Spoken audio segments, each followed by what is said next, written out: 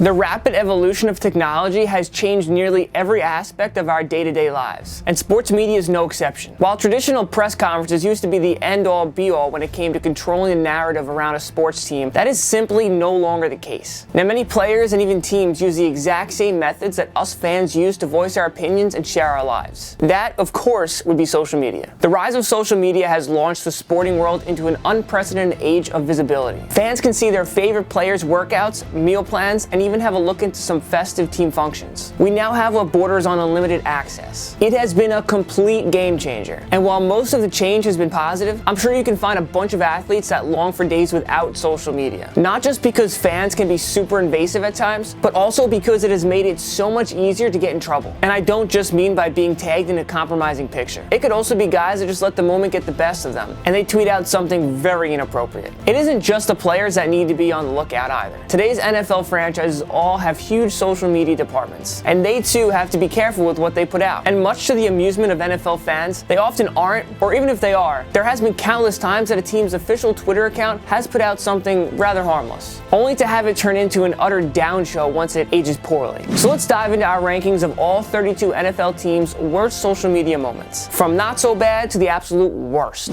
Number 32, Miami Dolphins, a great first impression. They say that there is no substitute for a good first impression. Advice that the Miami Dolphins could not have ignored more thoroughly. After signing tight end Jordan Cameron, they took straight to Twitter to announce it, which I'm sure he would have appreciated if the team had gotten his name right. Instead, they went with, "We have signed Cameron Jordan." You have to imagine someone got fired over that. But then again, it's Miami, so who knows. Number 31, Oakland Raiders, Do Canada. The Oakland Raiders have been going through a pretty crazy few months. Between the Antonio Brown saga, expectations surrounding head coach John Gruden, and the team's impending move to Las Vegas, there have been no shortage of storylines and chaos. That being said, some of it is self-inflicted, like the negative attention the team received after putting up a picture proving they had no idea where in Canada they were playing their third preseason game of 2019. Yes, that's Raiders kicker Daniel Carlson in a Winnipeg, Alberta shirt. And also, yes, Winnipeg is actually in Manitoba, not Alberta. Manitoba! Winnipeg's football team, the CFL's Blue Bombers, couldn't help but crack a joke at the Raiders' expense after this one. Number 30, Philadelphia Eagles, come at the king, you best not miss. Still in the afterglow of their all-time Super Bowl upset of the New England Patriots, the Eagles got a little too big for their britches and tried to troll the Pats ahead of a preseason matchup. Not only did they get laughed at for trying to hype up a preseason game, they went on to lose 37-20. Not a great look for the defending champs. Number 29, Carolina Panthers, a trolling gone wrong. It's always awkward an official team account tries to hop in on a joke that the rest of the internet is already making. More often than not, the delivery is clumsy and it comes off forced. This is exactly what happened when the Carolina Panthers decided to become the 1 billionth Twitter account to make a 28-3 joke at the Atlanta Falcons' expense. At least it was relatively subtle, as they just tagged number 3, Derek Anderson, and number 28, Jonathan Stewart, and a picture of a few Panthers players. This probably would have gone over a little better if the Panthers had been the team to actually beat the Falcons, instead of just having to come off as an unimpressive wildcard loss that ended their season.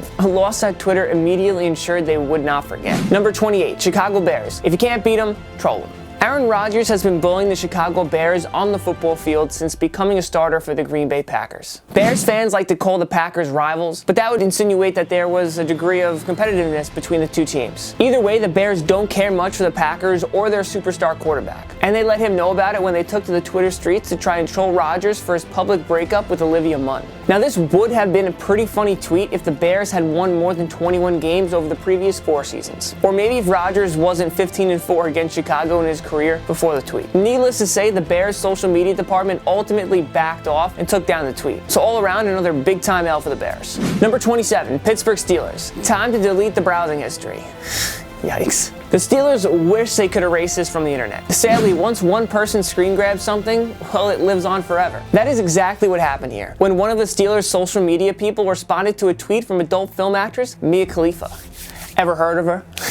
As a result, there was a number of unsavory responses and the team got clowned relentlessly. Number 26, Seattle Seahawks, an inappropriate comparison for the ages. Back in 2015, the Seahawks, who are typically a soundly run organization, made an epic blunder. It was January 19th, Martin Luther King Jr. Day, and the team tweeted out a graphic of Russell Wilson with an MLK quote superimposed on it. And the tweet itself simply read, "We shall overcome, #MLK Day." The team was understandably criticized for trying to draw a comparison between MLK's role in the civil rights movement and anything to do with football. Please, Seahawks, be more tone deaf. Obviously, a hollow apology followed. Number 25, Tampa Bay Buccaneers. Thanks for nothing, Bucks. Tampa Bay tweeted out that they would be honoring longtime quarterback Jeff Garcia by allowing him to announce their third-round pick during the 2018 NFL Draft. A lovely notion, except for the fact that the team somehow forgot that they had surrendered their third-rounder to the Giants in a trade for Jason Pierre-Paul. I'm sure Jeff appreciated the sentiment, though. Number 24, San Francisco 49ers. No one cares how much money your dad makes. A surefire way to come across like a jerk is to start talking about money. It doesn't matter if it's a matter of bragging or just an effort to try and demean someone else. This only makes you look bad to onlookers. Yet somehow it is a trap that many people, including the 49ers PR team, apparently can fall into. Unsurprisingly, the team got dragged across the coals following this tweet, and deservedly so.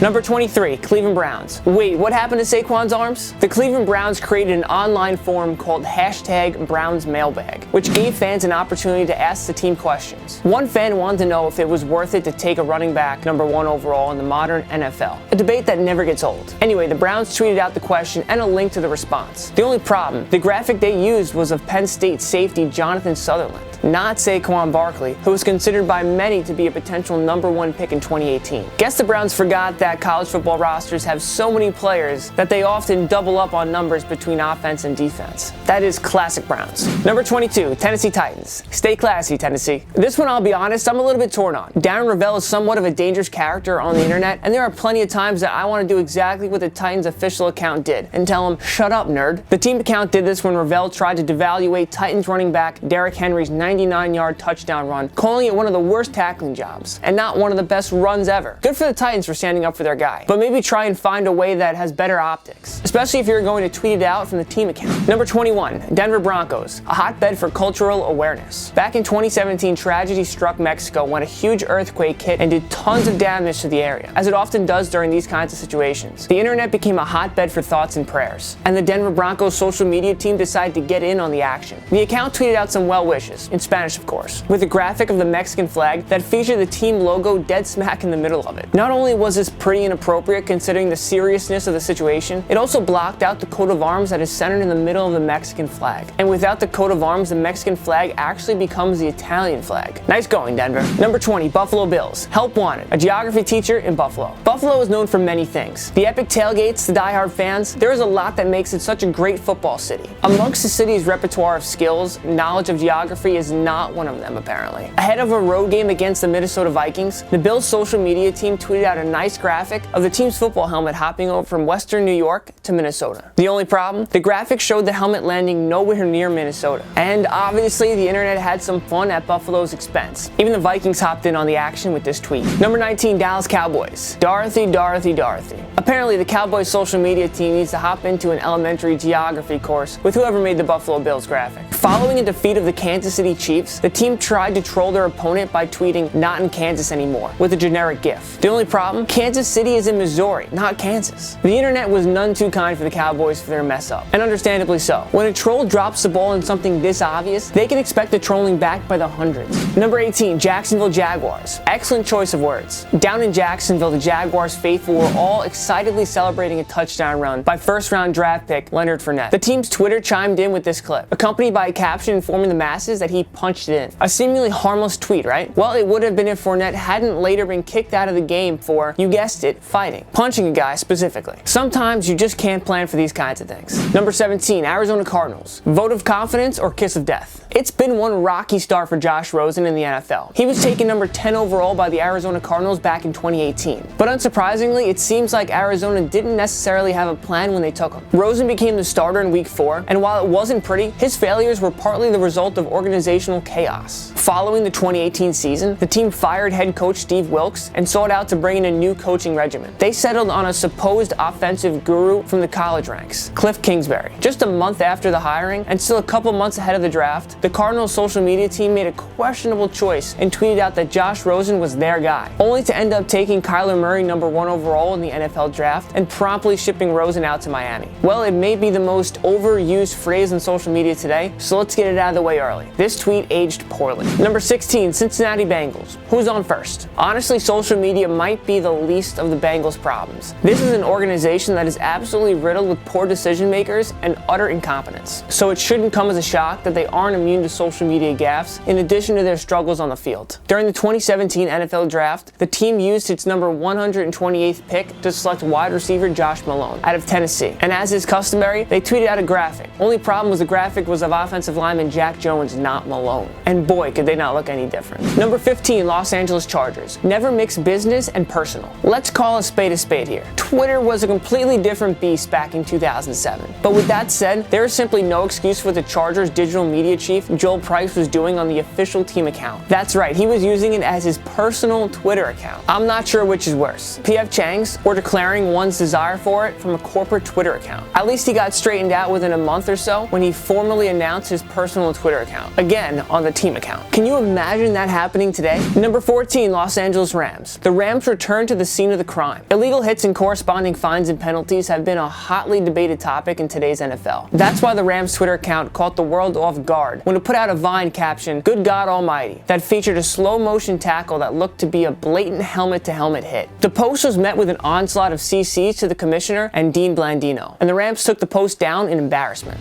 Number 13, New York Jets. The worst birthday present ever. Only the New York Jets would make the mistake of tweeting out a graphic for a player's birthday, only to cut them a few hours later. It is insanity what is going on over there in the Meadowlands. The Jets are definitely high up in the pantheon of dysfunction in the NFL. It seems like no two operations of their organization communicate, and as a result, things like this get blotched an inexcusable amount of times. Number 12, Minnesota Vikings. Awkward phrasing alert. The Minnesota Vikings were set to square off with the Cleveland Browns during September of 2013, also known as Hispanic Heritage Month. So the team offered up a tweet to honor the month, which was a nice sentiment, but they awkwardly included the hashtag #BeatTheBrowns. Surely they could have left out their Hispanic Heritage Month tweet. Number 11, Atlanta Falcons. Hype video gone wrong. The Atlanta Falcons really are a comedy of errors. Well-intentioned, but a mess nonetheless. This social media stunt they pulled fits their archetype perfectly. Ahead of a meaningless September matchup with the Philadelphia Eagles, the Falcons social media team released what can only be described as the single worst hype video to ever grace the Twitter streets. Get on your feet! It's time to show the other team the countdown starts. How we do it in the dirty south. Do the dirty bird, dirty bird, dirty bird, dirty bird, dirty bird, dirty bird, dirty bird. Do the dirty bird, dirty bird, dirty bird, dirty bird, dirty bird, dirty bird, dirty bird. Wait a minute. Put your hands in the air, let me see that you want it. Put your hands in the air, let me see that you want it. Put your arms and your shoulders, let me see you get on it. Put your arms and your shoulders, let me see you get on it. Let the other team know that we in here fly. Dance to the moves, let me see you do it now. Red and black are the colors of the team. ATL is the city. Georgia. Wait a minute now. Do the dirty bird, dirty bird, dirty bird, dirty bird, dirty bird, dirty bird. Wait a minute now.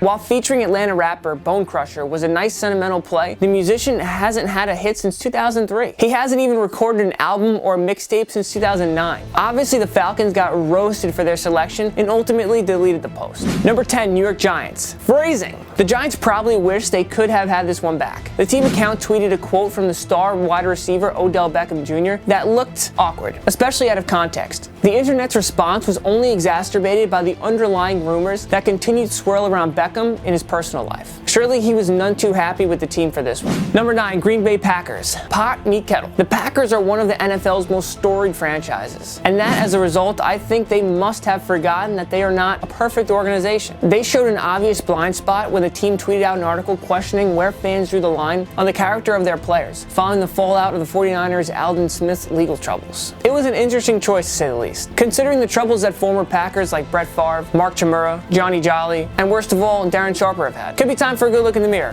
Number 8, New Orleans Saints. Spoke too soon. The episode of Bad Tweet, Bad Timing took place during the final minutes of a playoff game between the New Orleans Saints and the Minnesota Vikings. The Saints tweeted out a "got him" tweet with an accompanying GIF as the time dripped off the clock, and they looked destined to earn a spot in the NFC Championship game. That wasn't until Minnesota's Stephon Diggs ripped off a miracle touchdown, now known as a Minneapolis Miracle, and stole the game from New Orleans. Classic case of counting your chickens before they hatch. Number 7, 7, Kansas City Chiefs. Ownership gets a little sensitive. There's nothing quite as distasteful as a billionaire owner or someone representing ownership being crazy out of touch with the fan base. One Chiefs fan expressed his frustration with the team's allocation of the salary cap, only to find himself getting blocked and, even worse, DM'd by the team's official account. Now, this probably wasn't Clark Hunt sitting behind his phone, but someone was way too thin-skinned on this one and really made the team look bad here. Number 6, Indianapolis Colts. Spoke too soon. NFL contracts are fickle as can be. While many agreed upon deals go through without a hiccup, it is far from uncommon to have a negotiation fall apart at the last second. And depending on the context of the agreement, it can leave either or both of the parties looking bad. Such was the case in Indy when the Colts announced that Josh McDaniels would be taking over as their head coach, only to have Bill Belichick swoop in and convince him to renegade on the deal and stay in New England. This completely derailed Indy's coaching search, and McDaniels looked like a little boy running back to daddy.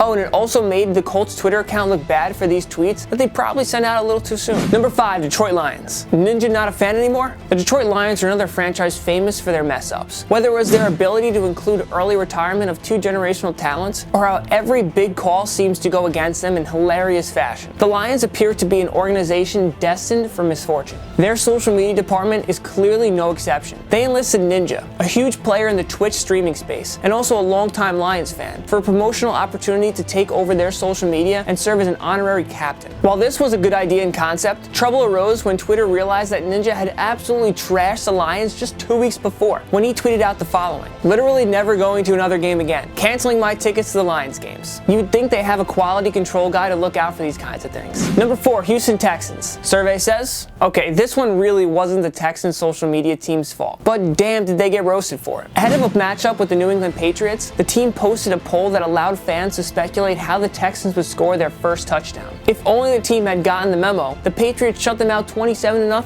and the internet did not let them forget. Number 3, Washington Redskins. Oh, the irony. Okay, so far we have covered quite a few instances of tone-deaf tweets, and this one is among the worst. Washington, whose team name has been under fire for years now, decided to tweet out a Happy Thanksgiving graphic with its controversial logo smack dab in the middle of it. I'm sure I don't need to elaborate on the insanity of this, except to Dan Snyder. Maybe perhaps he skipped out on school the day they covered what happened between the Pilgrims and the Native Americans. New England Patriots. Boston sports at its finest. Well, this one was just plain awful. The Patriots ran a promotion to try and get to 1 million followers on Twitter. The user that pushed them over the threshold was given a graphic featuring their handle that I can only assume was automatically generated. Please God, let's hope it was actually automatically generated. Number 1, Baltimore Ravens. Breaking news: Baltimore protects the wrong person. For being just a slightly above average running back, Ray Rice undeniably changed the landscape of the NFL forever. His case, if that is what you want to call it, swept the nation in 2014. There were so many people that made terrible decisions during this whole process. To be honest, almost no one's hands were clean except one person, Janae Rice, Ray's wife. And while she was trying to do damage control to protect her husband, the Ravens thought it would be a good idea to tweet this. Talk about tone deaf. Who would have thought an upstanding franchise like the Baltimore Ravens would have dropped the ball on a topic like this? Which do you think is the worst social media blunder made by your favorite team? Join us in the comments below. Make sure to follow myself and Total Pro Sports on social media. We do post great content every single day. If you liked this video and learned a thing or two, clicking the like button helps out a lot, and we do appreciate it. If you're not a subscriber, make sure you subscribe to Total Pro Sports. We post great content, great videos every single day. Thank you for watching. I'm Joe Biondo. We'll see you next time.